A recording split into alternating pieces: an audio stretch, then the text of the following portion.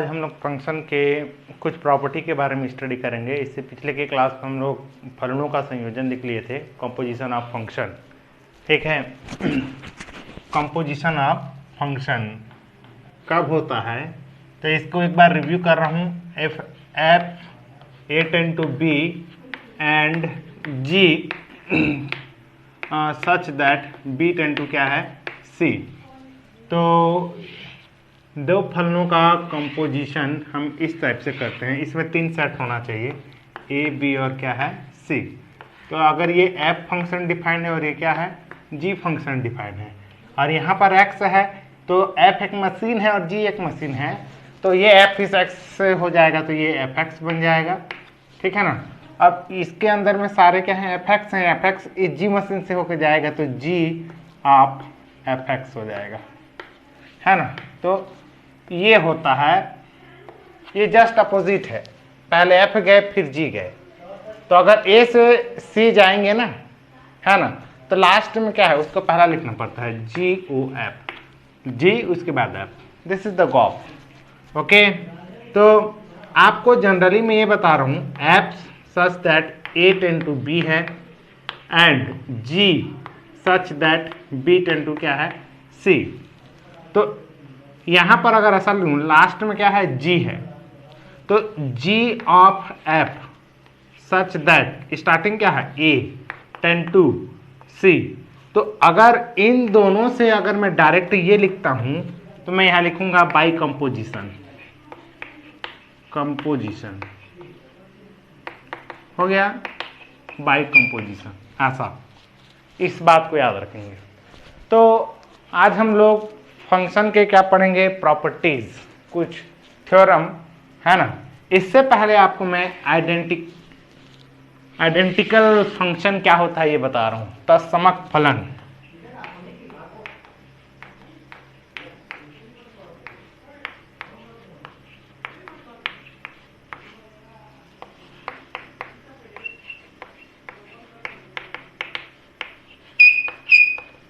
Identity function, T function क्या होता है एक फंक्शन है जो ए टेंड टू बी है। यहां पर एक स्पेशल बात ये होना चाहिए कि ये ए इक्वल टू बी हो जाए।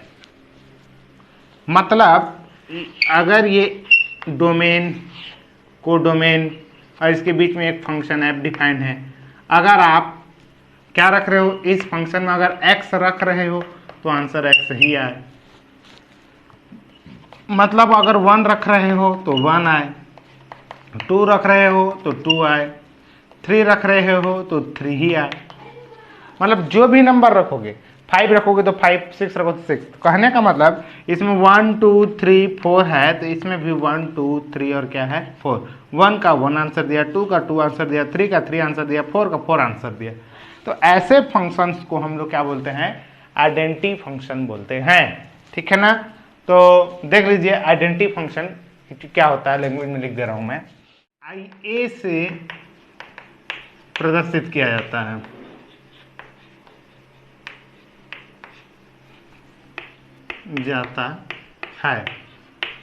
है ना। ये हमारा आइडेंटिटी फंक्शन का ये क्या है डेफिनेशन हो गया। ओके, ये एक्चुअल में आज जरूरत पड़ेगा इसलिए मैं इसको बता दिया। चलिए आज हमारा बेसिक टॉपिक ये है फलनों के प्रॉपर्टीज, है ना, properties of composition function.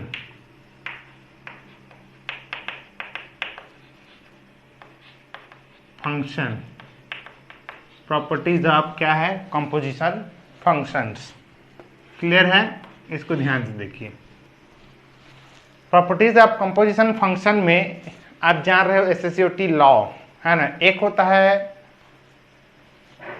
Commutative rule, क्रम विनिमय नियम, क्रम विनिमय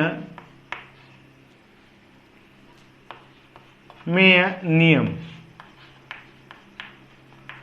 है ना, कम्यूटेटिव रूल।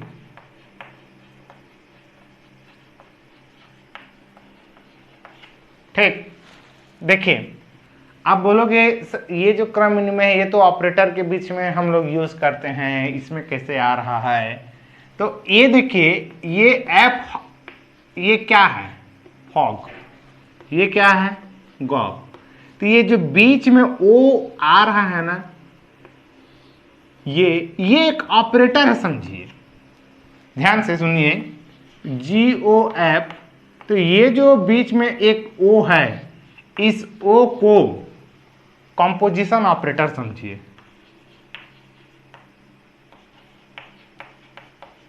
कंपोजिशन ऑपरेटर, और ऑपरेटर आपको पता है कि नहीं है? जैसे मैं 3 + 4 करूंगा इज इक्वल टू 4 + 3, है ना? अगर 4 को इधर ले आऊं, 3 को उधर ले जाऊं, तो ये है कॉम्पिटिटिव, क्रम को हम लोग एक्सचेंज कर दे रहे हैं। तो ये रूल तब लागू होता है जब कोई एक ऑपरेटर होता है। तो फलनों के संयोजन में ऑपरेटर कहाँ है? तो ऑपरेटर नहीं है, लेकिन हम ये जो ओ है गॉफ, इसको बोलते हैं G of fx। G of fx, G किसका फंक्शन है? fx का। तो इस ओ, ये जो ओ है, इन दोनों फलनों को क्या करने का काम कर रहा है? कंबाइन करने का काम कर रहा है, संयोजन करने का काम कर रहा है। दैट्स वाई इस ओ को आप क्या समझिए? कंपोजिशन ऑपरेटर समझिए। ठीक है ना? तो चलिए स्टार्ट करते हैं हम लोग। GO, जैसे माना कि f एक फंक्शन है जो a tend to b define है, तथा g एक फंक्शन है जो b टेंड टू क्या है? c डिफाइन है। तो ये जो गॉफ होगा, gof of x is equal to क्या? इसको मैं फॉग ऑफ x लिख सकता हूं क्या? तो gof of x is equal to fog of, मतलब ना, ये f को मैं इधर ले आया, g को इधर ले आया, ऑपरेटर वहीं का वहीं है। तो नहीं, ऐसा हम लोग नहीं लिख सकते, ठीक है ना? क्योंकि जैसे इन दोनों का जो वैल्यू है वो इक्वल नहीं होगा, और कंपोजिट करने के लिए क्या है? फर्स्ट फंक्शन का कोडोमेन सेकंड फंक्शन के डोमेन के इक्वल होना चाहिए।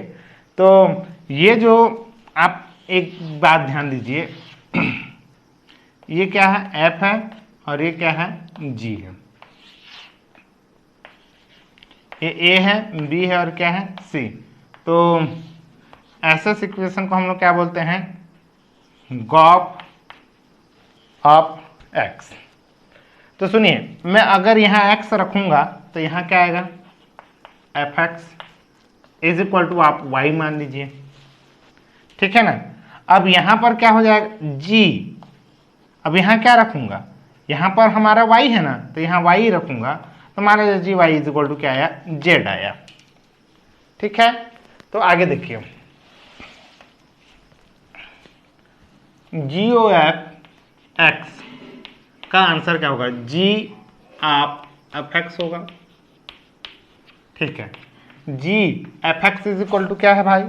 y है, तो यहाँ y रख दूंगा, और G y is equal to क्या है? z है। तो इसका आंसर क्या आया? z आंसर आया। तो चलिए f ऑफ जी एक्स का करके देखिए, तो ये f ऑफ जी एक्स होगा। तो f ऑफ जी एक्स क्या है? यहां f ऑफ जी एक्स, तो जी एक्स फिर वो अनडिफाइंड हो जाएगा, है ना? यानी भाई अगर आप f को यहां कर दिए, थोड़ा देखिए, है ना, इम्पॉसिबल होता है, नहीं होता है क्रम विनिमय नियम का, है ना? ये क्या है? g है, और ये क्या है? f है। तब ने इसको मैं f ओ g बोलूंगा यार। तो ये क्या है? g टेंड टू, g का क्या है? b है, और c है, और f का क्या है? a tend to b। तो यहाँ a टेंड टू b, मतलब मैं बोला था कंपोजिट करने के लिए इसका को डोमेन इसको डोमेन के इक्वल होना चाहिए, तो वो है ही नहीं। By the way rare case में अगर ये इक्वल हो जाते हैं तो कभी कभी ये GOF, है ना, इक्वल टू FOG वर्क करेंगे, अदरवाइज नहीं करेंगे। यानी ये कॉम्यूटेटिव रूल का ये पालन नहीं करता है। क्लियर हो गया? ओके, नेक्स्ट इसको मिटा दे रहा हूं मैं।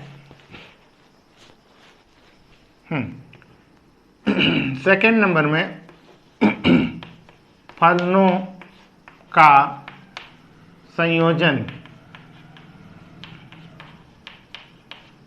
साहचर्य होता है, एसोसिएटिव लॉ है ना।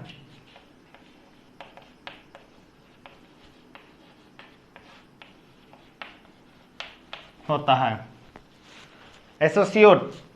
यहां पर ये देखिए, अब देखिए जैसे साहचर्य का मतलब क्या है, मैं एक एग्जांपल से बता रहा हूँ। 1 + 2 + 3 = 1 + 2 + 3। और इसका मतलब क्या है, मैं पहले 2 और 3 को ऐड करूंगा, जो आंसर आएगा फिर 1 के साथ करूंगा। अदरवाइज मैं 1 और 2 को ऐड करूंगा फिर 3 के साथ ऐड करूंगा।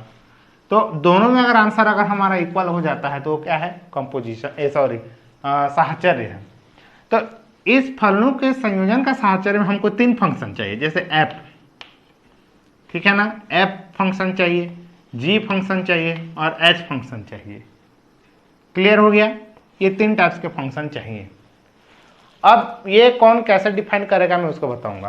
तो माना कि हमारे पास 3 टाइप्स के फंक्शन हैं, एफ, जी और एच। तो हमको प्रूफ क्या करना है, एफ ओ जी एच, देखिए फिर इसी को लिख रहा हूं मैं, एफ जी ओ एच। मतलब मैं क्या कर रहा हूं, इन दोनों को पहले सॉल्व करूंगा। समझ आ रहा है ये गॉप, और ये ओ ऑपरेटर समझिए ऐसा। तो ये क्या है, G O, function of G O is equal to, ये देखिए फॉग ऑफ एच, है ना, function of G O is equal to fog of H. कहने का मतलब मैं इन दोनों ऑपरेटर को पहले सॉल्व करके जो आंसर आएगा उसको मैं एफ फंक्शन, मतलब ना इस F of this otherwise Gauff of this H, क्या ये इक्वल है क्या, ऐसा। तो मैं आपको पहले से ही कहानी बता चुका हूं कि देखिए ये फंक्शन, ये अगर लास्ट में है तो ये फर्स्ट में होगा, और ये फर्स्ट में है तो ये क्या है, लास्ट में होगा। तो कुछ इस तरह से हम लोग को यहां पर सोचना है, समझना है। ये देखिए तो क्या है, अब यहां पर सेट कितने होंगे, 4 सेट होंगे, ए बी सी और क्या है, डी, है ना। अब इन दोनों को मैं कैसे समझा रहा हूं, आप ध्यान देखिए। लास्ट में क्या है, एच, तो ये फर्स्ट में एच ऐसा डिसाइड होगा। उसके बाद क्या है, जी, तो यहां जी। उसके बाद क्या है, एफ, तो यहां पर एफ हो गया। अब देखिए यहां से h such that A tend to b define है, ये ए हो गया, ए बी सी डी। आगे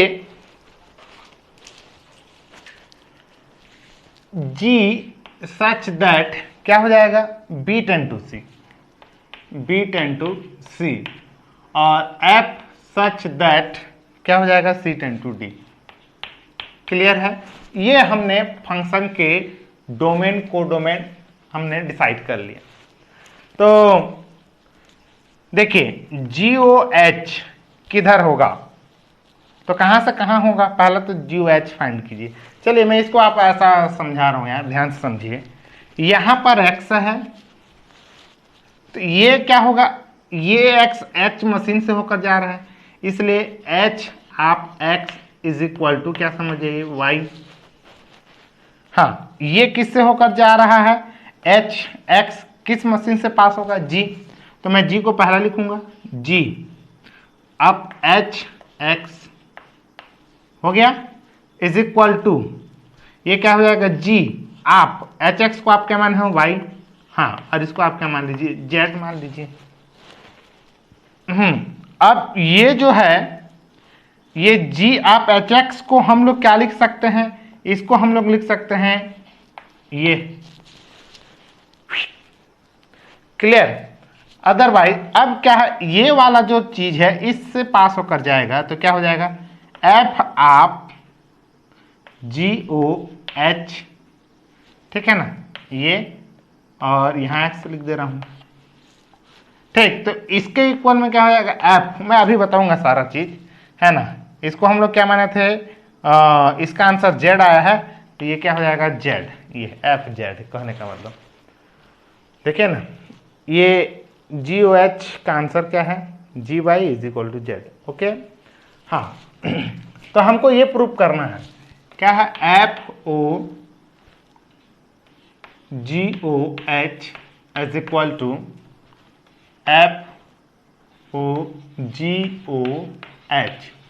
तो ये मैं क्या ले लेता हूं, इसको ले लेता हूं लेफ्ट हैंड साइड, या फिर ऐसा लिखता हूं, चलिए F O G O H और यहां पर एक्स ले लेता हूं, ठीक है ना, एक्स का नंबर रखेंगे। देखिए इसका मीनिंग क्या होता है, जैसे एफ ओ जी लिखते हो और यहाँ एक्स लिखते हो तो भी राइट है ना, या एफ ओ जी इसको ब्रैकेट क्लोज करके यहाँ एक्स लिखते हो तो भी राइट है, कोई दिक्कत नहीं है।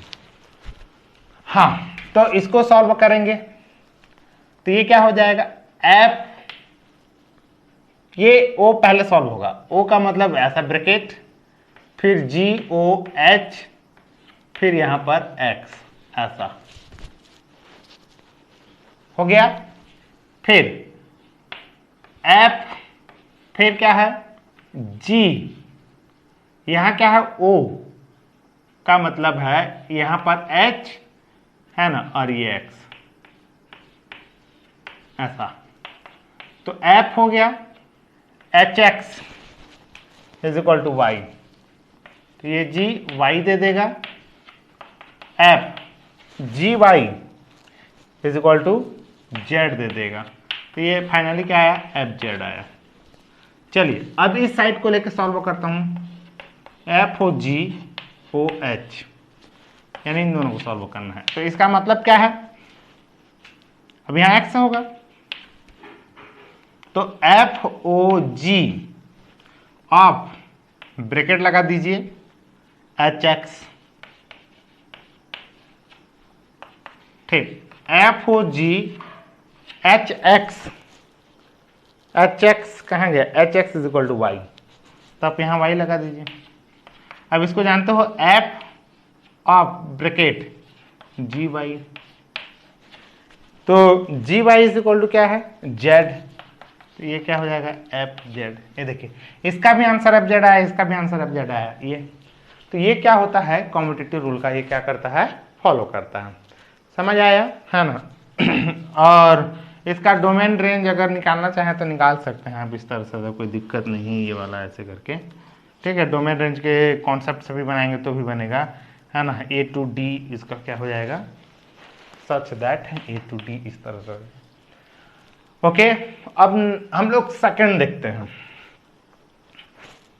थर्ड यार,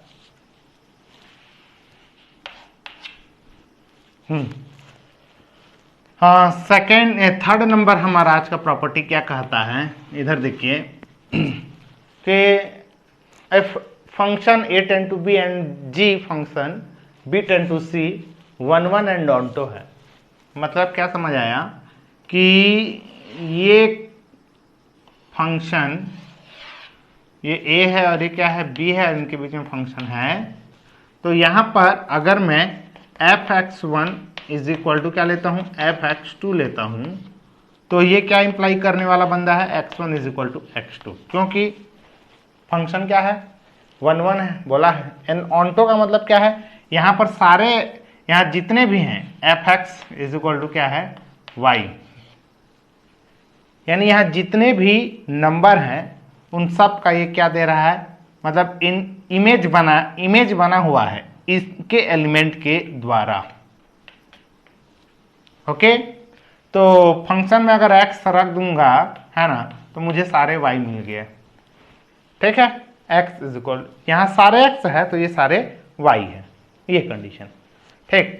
नेक्स्ट यहां पर क्या बोला है कि एक और फंक्शन डिफाइन है g, ठीक है, तो ये g b tend to c है, तो ये c हो गया, 1 1 एंड ऑन्टो है, यानी ये भी 1 1 है, कहने का मतलब अगर मैं अब यहाँ क्या रखूंगा g में, क्योंकि ये y का भंडार है ना, तो मैं यहाँ 2 y ले लिया, y1 इज इक्वल टू क्या लिख लिया, g y2, ठीक है ना, तो ये क्या इंप्लाई किया, y1 is equal to y2 imply किया, और यहाँ पर क्या आएगा g और fx that means y is equal to z. कहने का मतलब ये एक चीज और शो कर रहा है, ये गिवन है ना, सारे गिवन है, गिवन कि एफ एक्स 1 1 है, इसके अकॉर्डिंग ऑन्टो भी है, जी एक्स 1 1 है, और मैं अगर सारे y को रख देता हूं तो मुझे सारे z मिल जाते हैं, एक तो भी z नहीं छूटता है। यानी इस z, ये इसमें जितने भी z हैं वो सब क्या बन गए, इमेज बन गए डोमेन के।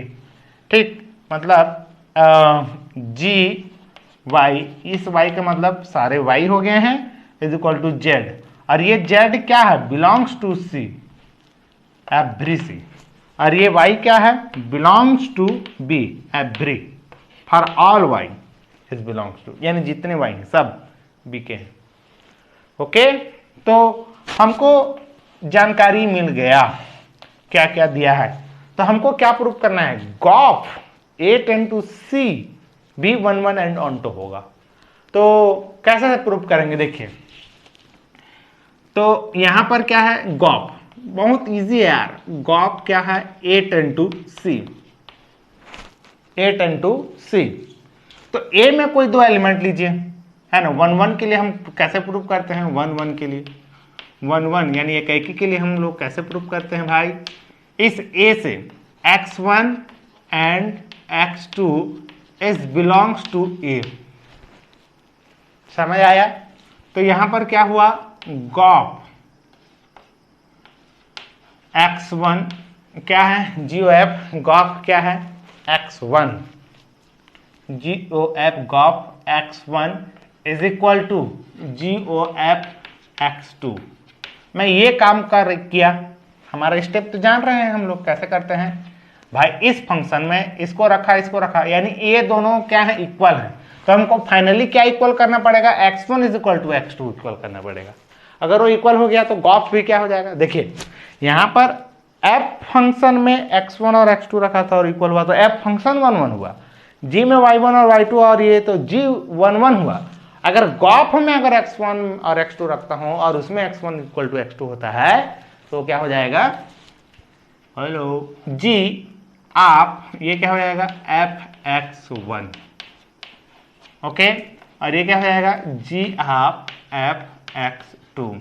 ये अब सुनो, ये किसका फंक्शन है, g का फंक्शन है, क्योंकि सामने में g है ना, तो यहां पर अब कोई नंबर रखाएगा ऐसे करके, क्लियर हो गया ना। तो इसके तो चूंकि g 1 1 है, 1 1 है, अतः क्या हो जाएगा, आप खुद सोचिए, अगर g 1 1 है तो यहां पर भी जो नंबर रहेगा, यहां जो रहेगा वो सब, वो दोनों भी क्या हो जाएंगे, equal, according to this g y1 g y2, अगर ये 1 1 है y1 इक्वल टू y2, और y1 के जगह में क्या है, fx1 है, that's why fx1 is equal to क्या हुआ, fx2। अब ये किसका फंक्शन है, f का, तो यहां पर f फंक्शन भी क्या है, 1 1 है, 1 1 है। तो ये फंक्शन 1 1 है, तो अगर ये है तो क्या होना चाहिए, तो 1 1 होगा, यानी x1 इज इक्वल टू क्या होना चाहिए, x2, तभी 1 1 होगा। तो देखिए हम स्टार्ट कहां से किए थे, यहां से किए थे, है ना, ये दिया है और ये प्रूफ कर दिए, है ना। अतः क्या हो जाएगा, GOF क्या होगा, 1 1 फंक्शन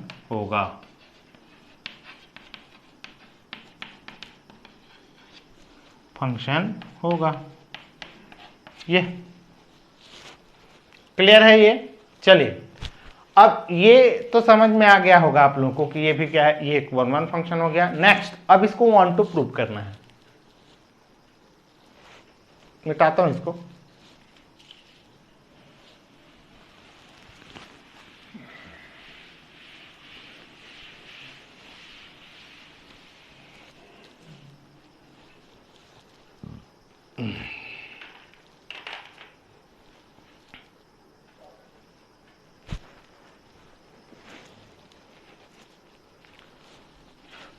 तो ये कोई बहुत बड़ा क्राइटेरिया नहीं है यार, है ना। देखिए ध्यान से कि ऑन्टो। कौन? GOF। A टेंड टू क्या बोला है? C। तो इधर समझिए GOF, X का मतलब क्या है, इसका मीनिंग बता रहा हूं मैं आपको। G of FX। तो इसको समझिए, यहां for all X is belongs to A के लिए X इज इक्वल टू क्या है? Y है इसके अकॉर्डिंग। और Y and every Y is belongs to B। क्योंकि ये मैंने क्यों लिखा? क्योंकि खुद बोला है कि ये क्या है? ऑन्टो है। तो सभी X जो A से बिलोंग्स कर रहे हैं को अगर उस फंक्शन में रखता हूं तो Y आता है, तो सभी Y B से भी बिलोंग्स करेगा, जितने भी Y हैं, है ना? समझ में आया ना? B से बिलोंग ऑल Y का मतलब यहां पर जितने भी Y हैं वो क्या है? B से बिलोंग्स करेगा। एंड एक और होगा, fx is equal to Y।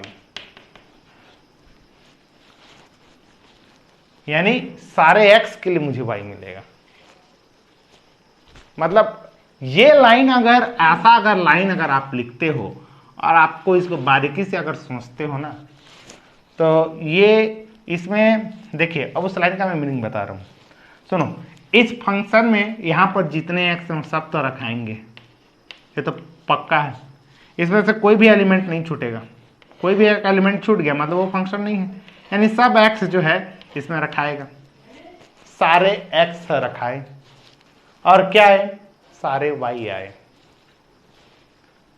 समझ आ गया ना? यानी सारे क्या आ गए? इसमें से Y आ गए। ये तो वो सारे Y क्या होंगे? वो B के क्या हैं? सदस्य हैं। सारे Y क्या हैं?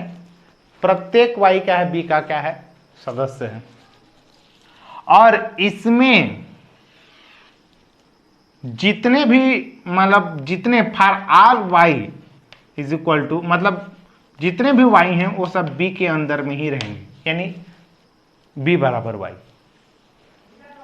ये तो यहां पर अब बोलोगे कि हम लोग यहां पर 50 एलिमेंट रखे हैं, तो 50 element X is equal to क्या है? मतलब वो 50 के 50 आ गए। तो यहां पर Y भी कितना आ गया? 50 आ गए। तो ये 50 Y B से बिलोंग्स तो किया है ना? फॉर एवरी Y B से बिलोंग्स किया, लेकिन यहां पर एक और मान लीजिए 51 होगा जो B में है, बट वो किसी का इमेज, इसीलिए मैं बोल रहा हूं Y is equal to B। और B में जितने हैं वो सब Y के क्या होने चाहिए? इक्वल होने चाहिए, तब वो क्या है? ऑन्टो है। ओके। मतलब मैं क्या समझाया कि ये Y तो इसका क्या हो जाता है? Y जो है को डोमेन हो जाता है, सॉरी रेंज। तो रेंज बराबर को डोमेन होना चाहिए। ये ठीक है, ये हमको दिया है। तो यहां से क्या हो जाएगा? F G ऑफ Y हो गया, है ना? ये देखिए गॉफ X है। तो ये बात समझ में आ गया ना? G ऑफ Y हो गया, यहां Y रख दिया। और Y कैसे है बोलने से मैं यहाँ पूरी कहानी बता दिया। X को रखा तो Y आया, और जितने भी Y आए हैं इक्वल टू B, यानी इसका जो को डोमेन है और जो रेंज है वो इक्वल हो जाएगा, तभी ना वो ऑन्टो कहलाएगा, नहीं तो नहीं कहलाएगा वो। हाँ, अब आगे तो यहां पर क्या है? GOF आप क्या है? X इज इक्वल टू क्या आया है? GY is equal to Z आया। ये देखिए GY is equal to Z। तो यहां पर ये क्या फंक्शन है? G क्या फंक्शन है? समझे? यानी इसका मीनिंग क्या है? G आप क्या है?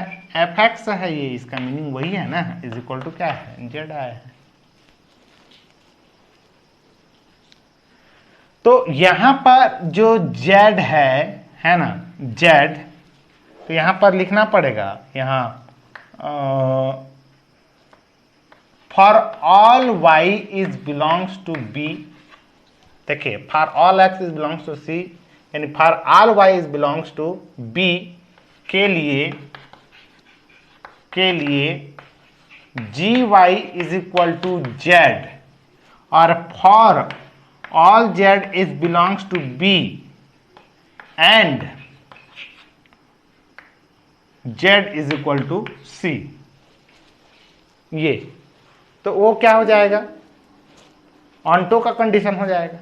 तो कहने का मतलब मैं यहां पर क्या किया, अब इसका मीनिंग देखिए, अब यहां से आप क्या समझ जाओगे, यहां से आप ये समझ गए, देखिए ध्यान से, यहां जितना रखा वो उतना, मतलब सबको इमेज बना के दे दिया, ये देखिए 4 थे 4, तो ये बंदा इसमें भी जितने भी एलिमेंट होंगे 1 1, ये भी ऐसा एलिमेंट इस तरह से ऐसे ऐसे, तो यहां से क्या हो जाएगा, ये भी ऐसे इसको बना के देगा, ये भी इसको, तो ये देखो ना, ये भी क्या हो गया।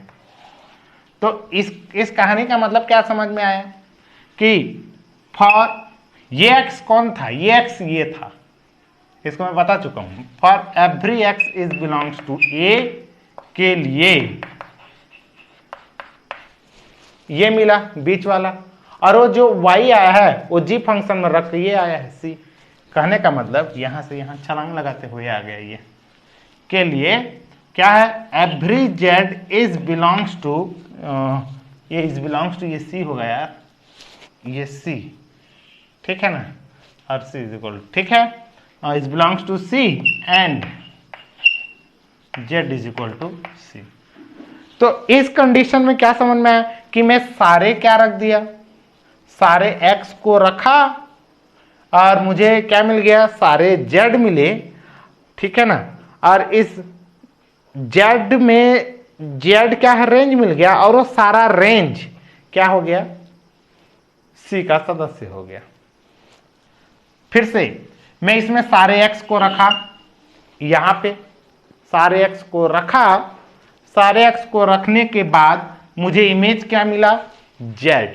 इस z का क्वालिटी क्या है वो देखिए, z is belongs to c, यानी इस c से बिलोंग्स करता है तथा z बराबर c, यानी रेंज और z क्या है, ये हमारा रेंज है, और c क्या है, कोडोमेन। तो रेंज और कोडोमेन जहां इक्वल हो जाता है वहां क्या होता है, वो ऑन्टो, इसलिए ये गॉप फंक्शन भी क्या होगा, ऑन्टो होगा। ओके, ये हो गया। किसी फंक्शन का आइडेंटिटी फंक्शन के साथ, मान लिया हमारे पास एक फंक्शन है, संयोजन कब होता है, जब दो फंक्शन दिया रहेगा तभी। तो एक फंक्शन दिया है और वो फंक्शन क्या है, a tend to b define है, तथा का तत्समक फलन के साथ। तो हमको एक आइडेंटिटी फंक्शन बनाना है, और आइडेंटिटी फंक्शन को मैं कैसे रिप्रेजेंट करता हूं, यहां पर मैं बताया हूं, सामान्यतः इसको IA से IB से जो भी है ना, I फॉर आइडेंटिटी।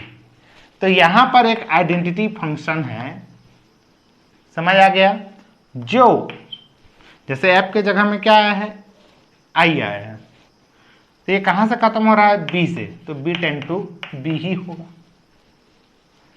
अच्छा, एक काम करता हूं, यहां IA लिखा हूं ना, सॉरी इसको IB लिख देता हूं, है ना, IB, और ये B टेंड टू B कर देता हूं। तो आप IA क्यों नहीं लिख सकते, लिख सकते हैं, कर दो IA, तो A रखूंगा तो मुझे A ही ना मिलेगा, समझ आया। तो हमारे पास दो फंक्शन है, f a tend to b एक फंक्शन है, तथा आइडेंटिकल फंक्शन क्या है, IA, जो a टेंड टू a से डिपेंड है। तो इन दोनों को अगर हम लोग क्या कर दें, कंपोजिशन कर दें, तो एक फंक्शन ही होता है, मतलब यही ही होगा। तो कंपोजिशन कैसे करेंगे, तो देखिए कंपोजिशन करने के लिए हमको इसको रीअरेंज करना पड़ेगा, a टेंड टू a है, ठीक, और फिर function such that a tend to b है। तो इधर देखिए इसका क्या है, ये डोमेन है, और ये क्या है, को डोमेन। तो को डोमेन और इसका डोमेन ये देखिए सेट हो गया। तो मैं FOIA लिखूंगा, इसका मतलब ये बाद में आ रहा है ना, इसलिए FOIA, इज इक्वल टू एक फंक्शन एफ ही होगा बोल रहा है। ये फलनों का संयोजन हुआ ना, फंक्शन का आइडेंटिटी फंक्शन के साथ क्या हुआ, संयोजन, एक फलन होता है, फंक्शन होता है। This clear. चलो तो इसको हमको प्रूफ करना है। अब कैसे प्रूफ करना है देखिए, तो ये क्या है, F O I A of X. तो इसका मतलब क्या है भाई, तो इसका चलो एक मैपिंग बनाते हैं यार, है ना, मैपिंग बनाऊंगा तब समझ में आएगा, है ना, एरो डायग्राम। तो ये क्या है हमारा, ये ए है और ए से ए, ये हमारा आइडेंटिकल फंक्शन है ये। क्योंकि अगर यहाँ पर जो अवयव हैं उसको रखूंगा तो वही मिलेगा, उसी को आइडेंटिटी बोलते हैं, अभी तुरंत आज बताया हूँ, ठीक है ना। और ये क्या है हमारा, एफ फंक्शन है और ये बी है। क्लियर। हाँ, तो अगर यहां पर एक्स रखा तो आई ए एक्स है इज इक्वल टू एक्स ही ना मिलेगा हमको, और ये एक्सिस से गया तो हमको क्या मिल गया, वाई। ये ओके। नेक्स्ट क्या है, हमको प्रूफ करना क्या है, F O I A is equal to F, proof करना है बट हम जान नहीं रहे हैं। तो चलिए यहां पर एक्स रख दूंगा मैं, is equal to what is this, इसका मतलब क्या है, F of I A X है ना। तो आइडेंटिकल फंक्शन में अगर एक्स को रखूंगा तो मुझे क्या मिलेगा, एक्स ही मिलेगा, and F X is equal to क्या है, वाई। ठीक है, और y इज इक्वल टू क्या है, एफ एक्स। तो कहने का मतलब क्या है, आइडेंटिकल फंक्शन के साथ जो संयोजन है तो मुझे एफ एक्स ही मिल गया। ये कुछ कहानी क्लियर हो रहा है कि नहीं गा। ओके, एक चीज और, यहां पर मैं लिखा था एफ ए टेन टू क्या लिखा था, बी, एंड एक आइडेंटिकल फंक्शन में बी लिखा, तो ये क्या होगा, बी से स्टार्ट और बी में खत्म। अगर ए लिखा तो ए से शुरू हुए में खत्म, मतलब ए इसका डोमेन, ए ही को डोमेन, और उसी से रेंज मिलेगा। तो इसको हम लोग क्या लिखेंगे, एफ ऑफ आई बी लिखेंगे। कुछ समझ आया, एफ ऑफ आई बी, ये सॉरी यार गड़बड़ हो गया, गड़बड़ गड़बड़ गड़बड़, आई बी ऑफ एफ। क्लियर है। तो आप इसका क्या मैपिंग कर लीजिए, ये मैपिंग, तो मैपिंग करेंगे तो ये क्या हो जाएगा भाई, this is function F, this is A and this is B and this is function I B, ठीक, एंड दिस इज बी। तो मैं अगर एक्स रखूंगा तो मुझे क्या मिलेगा, F X is equal to Y, और अगर मैं आइडेंटिकल फंक्शन में अगर वाई रखूंगा तो मुझे यहां क्या मिलेगा, वाई ही मिलेगा। ओके ना, नहीं समझे, आइडेंटिकल फंक्शन क्या है, जो रखो वही मिले। ठीक, तो चलिए यहां पर एक्स रखता हूं, तो इसके इक्वल टू हमको एफ एक्स प्रूव करना है, क्योंकि ये फंक्शन और ये function, this is the function, this is the identical function and their composition we will given that function. तो I B of F X, तो आई बी और एफ एक्स क्या देता है, F X is equal to Y, और Y क्या देता है, आइडेंटिकल फंक्शन के साथ अगर y रखूंगा तो मुझे y देगा, और y इज इक्वल टू क्या है, एफ एक्स। तो यहां से रिजल्ट क्या समझ आया, मैं रिजल्ट यहां लिख दे रहा हूं, ठीक है ना, मतलब F of identical function is equal to I B of function is equal to F. ये प्रूफ हो गया, हो गया।